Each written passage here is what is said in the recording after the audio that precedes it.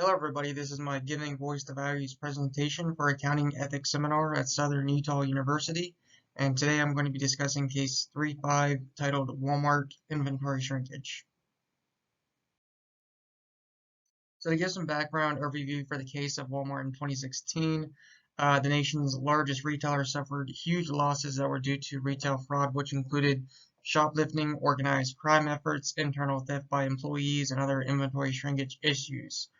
In 2016 alone, this inventory issue left the company with losses at $48.9 billion, and shoplifting accounted for the greatest percentage of losses with an average loss of $798.48 per incident in inventory loss.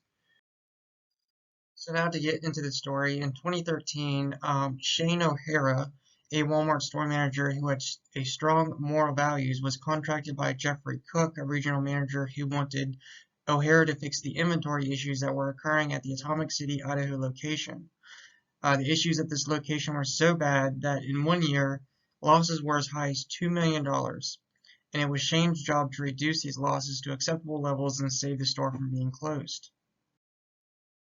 Shane convinced Cook to hire an asset protection manager who would oversee the issues occurring with the inventory shrinkage, and this helped immensely with losses being reduced significantly. During the inventory audit, it was discovered the losses had shrunk from $800,000 all the way down to $80,000, which even surprised O'Hara himself, who was convinced that these numbers had been doctored in some way. The regional manager passed this incident off as improper accounting of the inventory, which has already been corrected. After a few key employees were fired and Shane was suspended with pay, an investigation into the matter was launched. Worried that he would be accused of perpetrating the fraud, O'Hara decided to talk to another store manager discreetly who was also involved in the same investigation a year ago.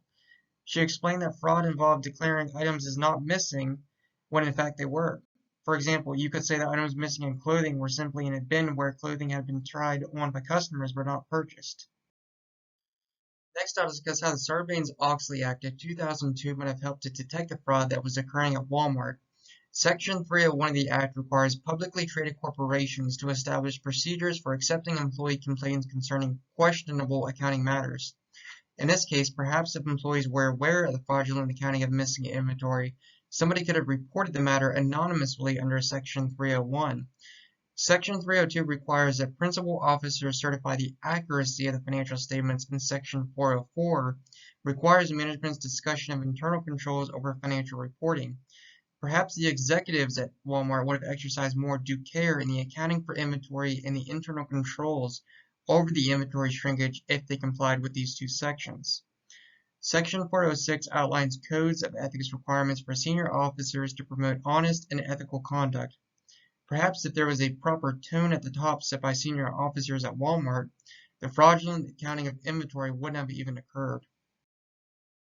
Presented is a list of anti-fraud controls that would have also helped to prevent the fraud that occurred at Walmart.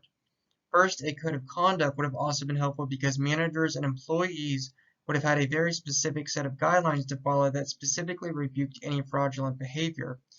An internal audit department could have also conducted its own inventory counts and periodically monitored internal controls over the inventory tracking system.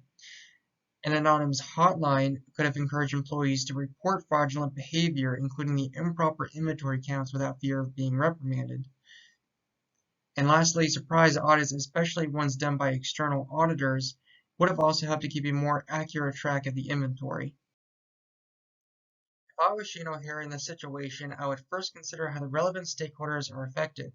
The first group is those relying on the misstated financial statements. The second group includes those relying on Walmart, such as the customers, employees, and suppliers who depend heavily on the corporation. I would discuss the matter first with Jeffrey Cook and explain how I think the fraud could be very damaging to the company's reputation. I would then take the matter to a higher superior if Cook refuses to listen. And lastly, common rationalizations may include it's just a small amount or everybody does it. To this, I would say that a small amount in a large corporation has major effects.